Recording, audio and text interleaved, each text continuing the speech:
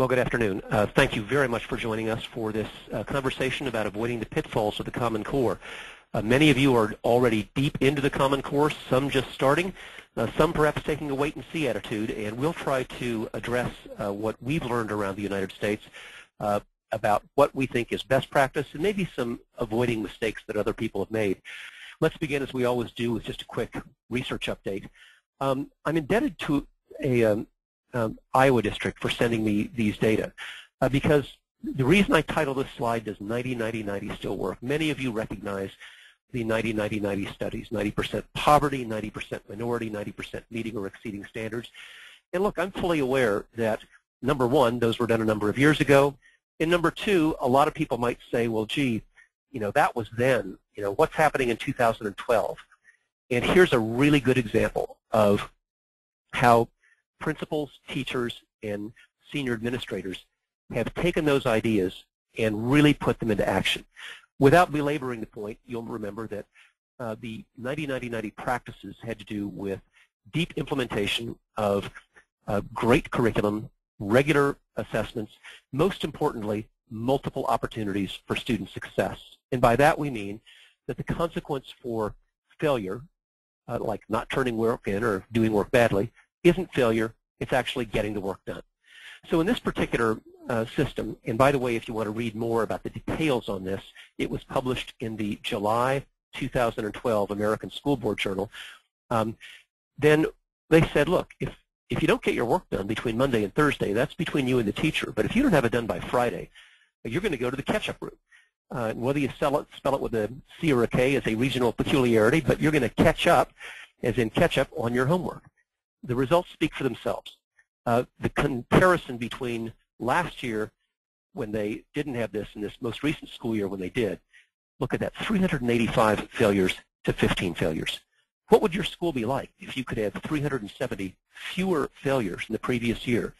Now I want you to note, these were the same teachers, same administrators, same students. They didn't get rid of the bad teachers. They didn't bring in the new ones all waiting at the door. They didn't ship out the bad students and bring in the good ones. Same people, just different practices. And when failure goes down, look what happened to suspensions. From 338 to 147, about a 60% decrease. And as you'll see in other research that we've written, that is very consistent. Dramatic reductions in suspensions when Fs go down. And what about attendance? Better attendance. So I'm not saying that there's one cause for one effect. I'm just noticing when everything else was the same teachers, same students, same administrators, but a critical change in teaching practice that is a different consequence for missing and bad work, great things happen. So let's get into the meat of today. We know, I'm really indebted to Teresa Amabile. Amabile, I need to keep saying her name right. And her husband, Professor Kramer at Harvard Business School, who did a remarkable piece of work with this new book, The Progress Principle. For every administrator, every teacher, leader, this is a thoughtful piece of work. Because what she talked about is the difference between our external life, things like annual reviews and so on, and our inner life of work. And she found that what really sustains us is doing meaningful work, having autonomy within appropriate boundaries, getting feedback on how we're doing, being competent and having the right to innovate. Now, to the administrators listening on here, I want to ask you as we start this new school year, please don't think you're going to motivate the faculty by saying, I want you to do this for a 4% gain in test scores. I want you to instead talk about meaning. What would we do if there were no mandates? What would we do if there were no financial incentives or penalties? What's just the right thing to do? The evidence from Professors Amabile and Kramer say that we are more likely to motivate people with meaning and with reasonable autonomy within boundaries. And I'll apply that to the Common Core in just a moment. And finally, let's take a look at a poll question here. I want you to take a look, and if you'd be willing to use your poll function, I'm going to just be patient with me a minute. Describe your level of readiness for the Common Core. And just take about 30 or 40 seconds to let me know where your system is right now. Then I'll share with you the results.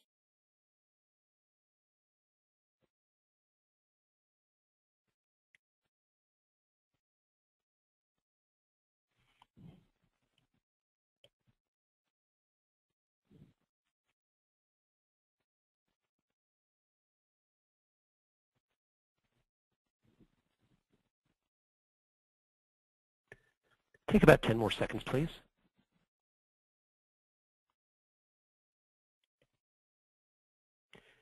And let's take a look at what you had to say.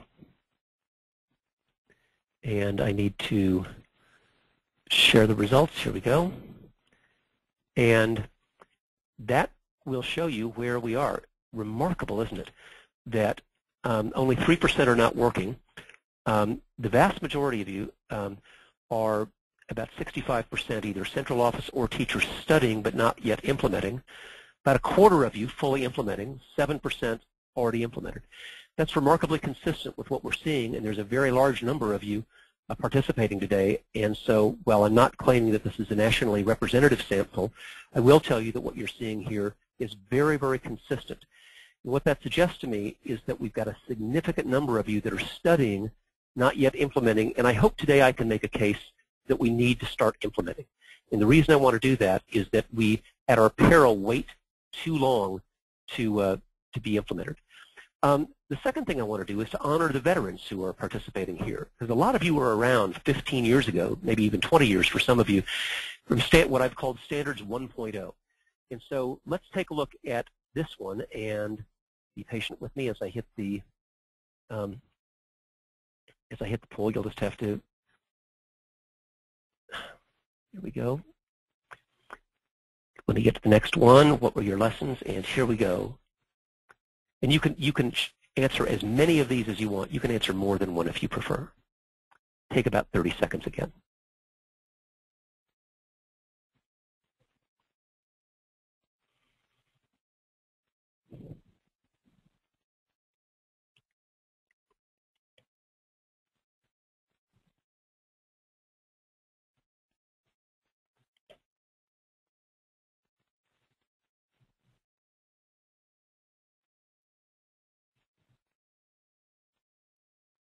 And about 10 more seconds, please.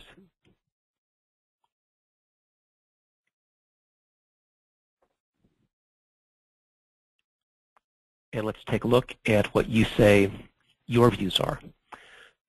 Interestingly, your results here, we needed more time, are exactly consistent with what we're hearing from some of the national surveys of teachers about their greatest source of discontent. It is not, as the media would have you believe, just money and bargaining rights. It is time. Needed more time to develop curriculum, needed more time to cover the standards. I'm so interested that almost half of you said there are still important but non-tested skills. I was just with a group that was talking about 21st century skills of communication, collaboration, critical thinking, creativity.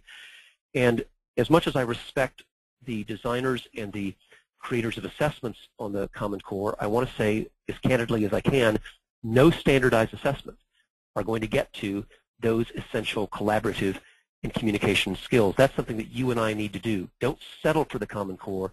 It's a baseline, not more. So what we need to do now is to say, what can we learn from this, and how can we proceed in a constructive and thoughtful way? That's how I'm going to spend the rest of my time today. We're going to talk about the mistakes that you see before you. Waiting for 2014, depending upon external tests. I think a lot of people are there. I'll wait and see, Doug, what those tests are going to look like. The disempowerment of teachers as if simply delivery is sufficient. Settling for mere proficiency when I know many of your students can do more than that. And delivery of documents without meaningful implementation. So let's briefly explore each one of those 5 pitfalls. First, I hear people say, well, wait and see what happens in 2014. Friends, I can't encourage you strongly enough not to fall into that particular mistake. The reason is this. If you examine the Common Core expectations, particularly with respect to nonfiction writing, particularly with respect to middle and high school math, you will see a significant gap of more than 1 year between where a lot of students are now and what the Common Core requires. If you wait until the test is coming out, you're not going to have time to close that gap unless you intend to have an 18-hour school day. So we need to start now identifying where those gaps are. That means this year, if we're not doing informative writing to a significant extent in elementary, starting in kindergarten, don't wait for 14. Let's do it now. Same with regard to some of the closing the gap in math skills and elsewhere. In many cases, teachers are telling me that the time allocation in their curriculum schedules simply isn't enough. It's not enough for students. It's not enough for teachers. You can't wait until 2014. Pitfall number 2, depending upon external tests. Look, I want to fully acknowledge, I understand your sense of skepticism here. Some of you are saying, well, look, last time in the 1990s, we went all the way down the path of our state standards, and then the state test came out, and they were testing kids on different things than we thought. Look, that is the nature of new tests. I assume completely good faith by the participants on the Smarter Balance and the PARC consortia. I think they're doing their level best. But every new test has a level of unfamiliarity with it. And as sophisticated and well-intentioned as those standardized tests may be, there are going to be some critical skills that won't be assessed. That means if you really think that collaboration, for example, is important, please don't wait for a standardized test to do that. Let's think of ways that students work alone and together to have what Ellen Langer thoughtfully calls mindful collaboration right now. Let's think about how we can generate creativity, not just in music and art, but creativity in response to different hypotheses in a science class, creativity with regard to different ways to solve a mathematical challenge, creativity with regard to different ways to examine historical documents in a social studies class. We can do that, and when teachers are challenged to do that by not waiting for others, that is empowering. I know, let me explain the issue on psychometric demands. Every time you have a high-stakes test, and these will undeniably be that, then they have to have a high level of reliability. Without going into excruciating detail, reliability is measured by how much do similar students get right similar questions. Sometimes that leads to a range of different difficulty, but sometimes what people think is different ranges of difficulty is actually a different range of unfamiliarity. And because I think we can anticipate that happen, Robert Lynn, perhaps one of our foremost psychometricians in the United States, says the surest way to predict a decline in scores is to have a new test. We need to anticipate that now. And the way to constructively do that, so it doesn't sound like an excuse, is to think of other ways that you and your district will analyze and assess student achievement. So you can present a complete and comprehensive picture of who they are, what they're learning, and what their gains are, and everything that's important. Please do not replicate the mistakes of the last 10 years and simply say all we are is a couple of test scores. Pitfall number 3, disempowering teachers. Grant Wiggins wrote a famous article that I still think resonates today, even though it's now perhaps 20 years old. It was in Ed Leadership called Standards, Not Standardization. That must be our byword today as well. I think there's a lot to commend the Common Core. If you've read my other writings on that, you know that I've tried to be pretty even-handed, saying where I think they're successful, identifying some areas where they can be improved. But however good a set of standards may be, it can't lead to standardization. The same standard, for example, must be explained in different ways, made relevant in different ways based upon the creativity and ways that teachers add value to curriculum and classroom assessment in every part of the country. That's why one of the first things we ask you to do is not just parrot what the standards are, but rather say, what's an engaging and relevant scenario in your community, which will be different in rural Alaska than it is in downtown Boston, different in the central United States than perhaps other places. That doesn't mean the standards are different, but it means the way that we make scenarios engaging and relevant are different. And so that I'm not being obtuse here, I think there's a great opportunity in the southeast United States to use the BP oil spill to study science, to study mathematical modeling, to study community awareness and representative democracy and social studies, as well as our legal system. Just as 20 years earlier, I saw teachers in Alaska using the Exxon Valdez experience to make it relevant and to teach science and social studies and so on. I don't know what the analogous situation is in your community, but think of what would really grab students and community attention. Also, teachers can really be empowered by saying, what evidence do students have to provide beyond the standards? Some students will struggle to meet the Common Core. Others will walk in the door meeting them. We must be prepared for both. And as good a job as the standards writers did for giving examples of proficiency, there's a void in helping students explain, what do I need to do beyond that? We dare not let them go back to autopilot thinking, well, I'm proficient, so now I'm done.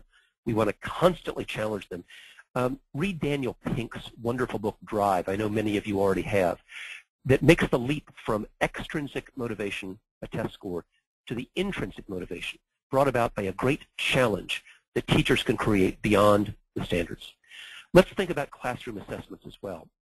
It's really the day-to-day interaction, the powerful feedback that teachers give to students that's most important.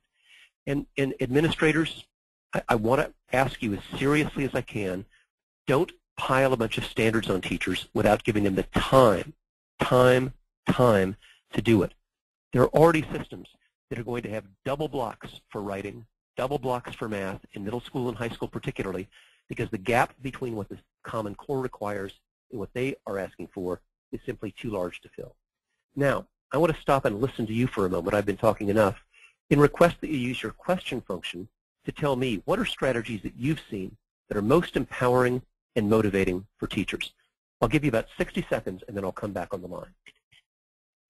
Some really thoughtful ideas that just came in, and I'll mention a few of them, and of course I'll be happy to share with them. I know that we, a lot of people said, I find it empowering to have time to collaborate with grade level teachers. And after we meet and implement coming back together to review and adjust, when our principal has time to attend. Several of you said allowing individuals input on what they need for professional development and physically mapping where everyone is. All of these ideas strike me as exceptionally thoughtful, and what I want to give you some encouragement about is that when teachers become part of the PD planning and execution, not merely part of the recipient of what's being delivered, you can have a much more empowering system. The other thing that is a common theme to all of you who just sent notes in is that you need not have just a delivery system alone. What you're able to have is people who can help plan and execute and deliver what they're doing. Pitfall number 4, settling for proficiency. One of the things that we want to create is the Hatti Objective. And if you're familiar with John Hatti's works, particularly you should read Visible Learning for Teachers. You know that the number one thing that we can do is have challenging, specific, individual learning goals. And that means that the students know not only what the goal is, but where they are right now and what the next step is, with feedback all along the way. We also need an engagement strategy for the adults in the room, and that is to say, what would we do just because it's the right thing to do? And finally, number 5, delivery without implementation, the worst pitfall of all. That was the number one lesson of Standards 1.0. Just delivering things, the standard of the day, a lot of stuff written on boards, without necessarily any conviction of whether or not it was implemented in a meaningful way with feedback, with engaging scenarios, and classroom activities. Be particularly alert to what I would call paperwork illusions, and that is the illusion that we are implementing standards simply by having paperwork displayed in the hallway or in a war room, as some of them unfortunately called them, rather than what Hatti calls deliberate practice. And that means that we not only identify a standard, but where students are and what their next step is to making improvements. So I want to, before I go to questions, offer a couple of ideas of what you can do right now. If you want to lower the blood pressure of your staff, do this. Highlight the parts of the Common Core that you're already doing. I fear that one reason that people are waiting too long for implementation is that they aren't giving themselves credit for what they're already doing. Literally go through with a highlighter, and you'll identify, we're doing this, we're doing this. You'll see some things that you're not doing, but give yourself credit first for what you are. Secondly, identify the gaps. As I suggested, some of those gaps have to do particularly with informative writing, and that starts literally in kindergarten. I've noticed significant gaps in middle school as well. Expand informative writing, and my request to you here is not to make English language arts be the only place you do that. Some of the best studies that we've documented of system-level success include informative writing in every single subject, every single grade level, every single month. We need to make Common Core a school-wide initiative, not something that depends solely upon English language arts and math. And give your colleagues the time They need more time, particularly in middle school, to close the gap between where we are now and where we're going. Now, I promised that I was going to give you questions. You've been opportunity for questions. You've been so patient with me. So let's see if we can take a few of these, and and I also am interested in what your advice is for future webinars. So let's take a few questions and be patient with me as I get to the bottom. First, are the slides available for me to download or look at afterwards? Yes, we'll absolutely do that. You can download them, and we make them available in a format that whatever you have, Mac or PC, you can download them. Just go to www.leadandlearn.com. In addition to the slides, we also make available the actual audio and video of these and other webinars. Can we please see the slide for settling for proficiency again? Yes, I'll be happy to do that. Be patient with me, and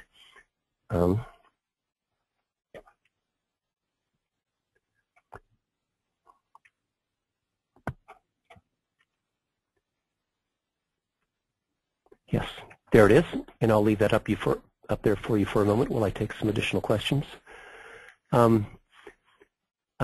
It's helpful, you said, for us to now, how do you best implement informative writing at the elementary level? I think, first of all, we have to define what we really mean. I have observed over the years a significant bias toward story writing, toward personal narrative, and there's nothing wrong with that. It's just insufficient. We have to do other things as well, and that means describing things. Now, that might be describing a character in a story, describing a pet, describing a butterfly, but descriptive writing is different from simply personal narratives. I think I know second graders who revel in persuasive writing, taking different points of view, and certainly a comparative writing, what things are similar, what things are different. You asked, where do you find on your website the slides? I think it's at the Multimedia Resource Center. Click on that and you'll see a great big menu of things that we have to offer. What was the title of Daniel Pink's book? That's pink like the color, P-I-N-K, and the title is Drive, D-R-I-V-E. What will the writing assessment look like at the lower elementary level?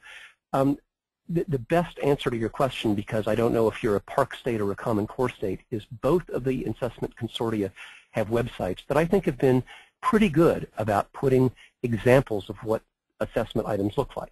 Now, the honest answer is we're not going to know until they come out, but I think the consortia have been dramatically better than assessment organizations have been in the past about opening up insight into the sort of writing that they have.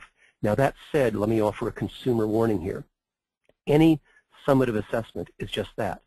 And we all know that writing gets better through editing and rewriting. And so even if the summative assessment has prompt response, that doesn't take away from the fact that best classroom practice involves writing, getting feedback, editing, and revising 3, 4, 5 times. That's still best practice, even if you have an online summative assignment. If I needed additional training on teacher capacity for writing K-12, who would you recommend? I'll tell you I mean, there are many sources, but an author to read is Angela Peary. That's P-E-E-R-Y. Several books on that with specific emphasis on Common Core. What are your recommendations for working directly with teacher leader groups to begin this important work? Well, shoot, I'm prejudiced because I think those institutes that I suggested particularly address teacher leaders. The way you get this implemented isn't by somebody giving a speech about the Common Core in a dark auditorium. It's by taking the very best teacher leaders you've got and letting them have the opportunity to be certified in this content and then deliver it classroom to classroom, building to building. Evidence that I think is pretty persuasive says that we need to have models by teachers that other teachers can replicate, and that is exactly at our certification programs at the Leadership and Learning Center what we try to help you do. You said, are there already resources of the states mapping and unpacking? There are some examples. I've seen some good examples in New York and Delaware, and I know that other states probably too. I mean no offense by omitting people, but there are some states. However, don't let somebody else's document be a substitute for your teacher's knowledge. There's a real, the book to read on this is Larry Ainsworth, A-I-N-S-W-O-R-T-H, Ainsworth. The title is Rigorous Curriculum Design. And Ainsworth in the book Rigorous Curriculum Design makes a huge point out of saying what we need to do is to give people the opportunity to see what unpacking and unwrapping really looks like. And that is not something that happens by just having a document delivered to you. It really is going through the standards and asking this essential question: what's the evidence that my students have to provide that they're actually proficient in this particular standard? You said my students are new to the country with limited English and literacy backgrounds. That's true for many of us, and I've had to deal with the same thing. So that's a great example of why you don't try to plow them through every standard. You identify what's most important. For example, supplementing what I said earlier about the issue of the primacy of nonfiction writing, I found the use of interactive journals with second language students especially effective. You write a question to them, they write back to you. However fragmentary the English and inventive the spelling may be, that daily experience of interactive writing, and they also get to take the time to read your responsive sentences slowly at their pace and carefully. It's also, frankly, a great teacher morale issue, because over the course of the year, you'll see those interactive journals expand from 1 or 2 sentences to just an extraordinary dialogue that will really serve you well. Any ideas for resources to share with teachers who want to know what the Common Core instructional shift looks like in classrooms? The best that I can offer to you, there are certainly, if you just want to know what the standards are, you can, there's plenty of free apps that you can download. But your question is about instructional shift, and that's why I think those institutes that you can see at leadandlearn.com are worthwhile looking at. We focus not on what the standards say alone. That's pretty superficial. It's what does it mean in the classroom in terms of evidence from students and teachers. Oh, here's a great idea. You said one exercise I did with my staff was a green, yellow, red light gap analysis. The staff coded standards in a green that they felt that they were already doing. They coded things in yellow that they thought they could do, and red was something reserved for things that we had to work on. They loved the activity, and it relieved a lot of stress. Thank you for sharing such a thoughtful idea. Let's see. I know because we have hundreds of people on the line, I'm missing stuff, and all I can ask for is your patience. How are districts going to overcome budget constraints as they attempt to add more informational reading? First of all, let's just acknowledge that budget constraints are real, and anybody who thinks that they aren't hasn't observed higher class sizes, layoffs, and stress that's going on now. That said, honestly, writing is one of those things that doesn't require buying things. In fact, a lot of the things that we recommend at these institutes, collaborative scoring, writing, common analysis of student work, that's not a program to buy. That is a practice. I think, frankly, some of the best things in instruction aren't things that you go out and buy, but they are practices that you can replicate and that you can own. And I would put nonfiction writing as part of that. I do think that there are, little simple and inexpensive things. We've done like little $9.95 prompts in social studies and music and PE and art to help. But it's not like you've got to go out and buy some $100,000 program. It's really a change in practice. You said at the middle and high school level, where do you take time away to give more to ELA and math? Students still need to take science and foreign language, social studies. You're right, but you ask a straight question, you deserve a straight answer. Number one, that intervention for time doesn't start in high school. It starts in 7th and 8th grade. It is more important to double up content, especially to get literacy competency and math competency in 7th and 8th grade, than to have the typically fragmented middle school curriculum. Moreover, if I don't do that, and I have students in 9th grade that are reading on a 6th grade grade level, what good does it have them to do to have a science and social studies textbook they cannot read? Far better to take what is now typically a sequence that is 9th, 10th, and 11th grade, then they take electives in 12th, change that to more literacy in math in 9th grade, and change that to a 10, 11, 12 social studies and science curriculum. Because I'll tell you, once students fall behind in 9th grade, the dropout data show very significantly that they are unlikely to catch up. And a literacy problem doesn't just mean an English language arts failure. That means a math failure, a science failure, a social studies failure. You want to do everything you can, including shifting some of those from a 9th to a 10th grade class, to give yourself the time you need for intervention.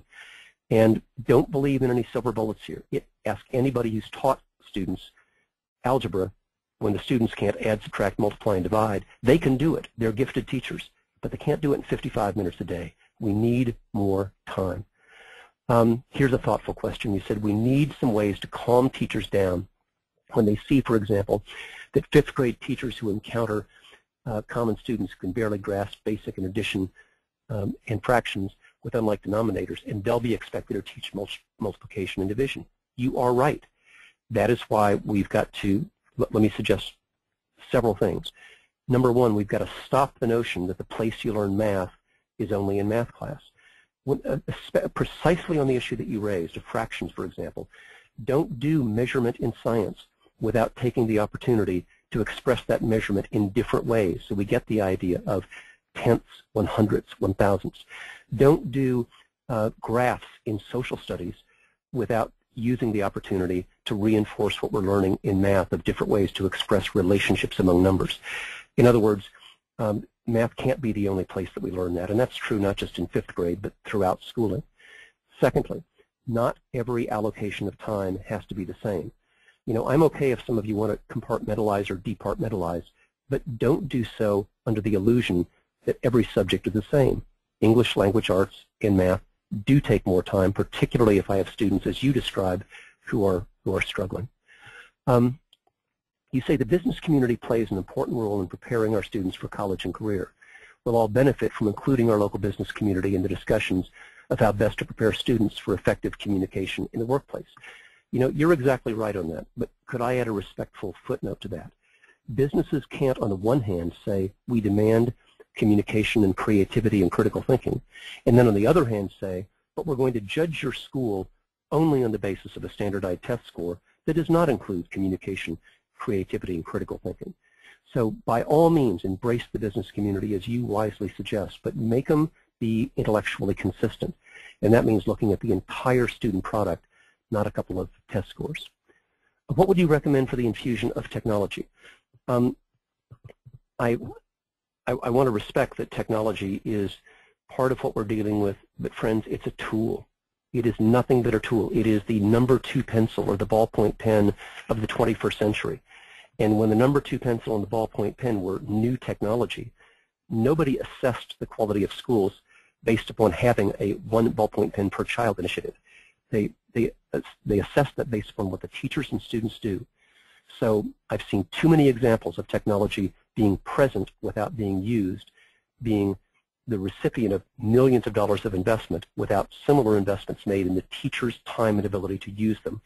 So my biggest recommendation to you is the whiteboards and iPads are fine if and only if the teachers and the students have times and plans to use them and the time to demonstrate to each other.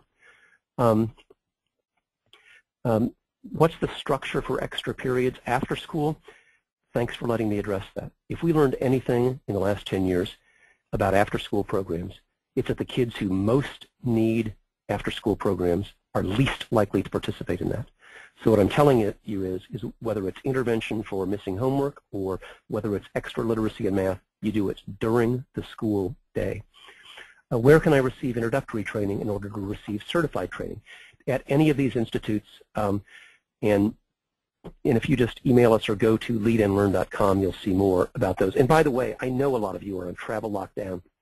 My colleagues and I will come to you. You don't have to come to Boston or Denver. I'm very respectful of the fact that travel is really difficult these days. We'll come to you if that's necessary. How do you handle writing in your content area when you teach large numbers of students, such as 240 in a quarter? You're really quite right about that, but I just want to tell you, and the book to read on this is Kristen Anderson's, that's Kristen with a K, Anderson, S-O-N, and the name of the title is Data Team Success Stories, and she specifically has case studies of teachers who handled precisely what you're describing. Even in large classes like PE, huge classes like music, everybody writes once a quarter. And the way you get that is that you don't try to make Doug, the math teacher, do 6 trait writing, or a band teacher, or an art teacher. What you can do is have 2 traits. Just focus, say, on content and maybe organization, or content and conventions. Agree as a faculty where the emphasis will be, and then have a very simplified 1/3 or 1/4 of a page rubric. And finally, don't think that you've got to grade all those 240 students. When Lucy Calkins talks about grading, she'd say if there's 35 kids in a class, there better be 36 teachers of writing, meaning we've got to prepare students to assess one another's writing, and a real good way in the next few weeks to do that is practice it. Practice it with anonymous samples of student writing, no student name, no teacher name, so I get experience as a student giving feedback to a colleague.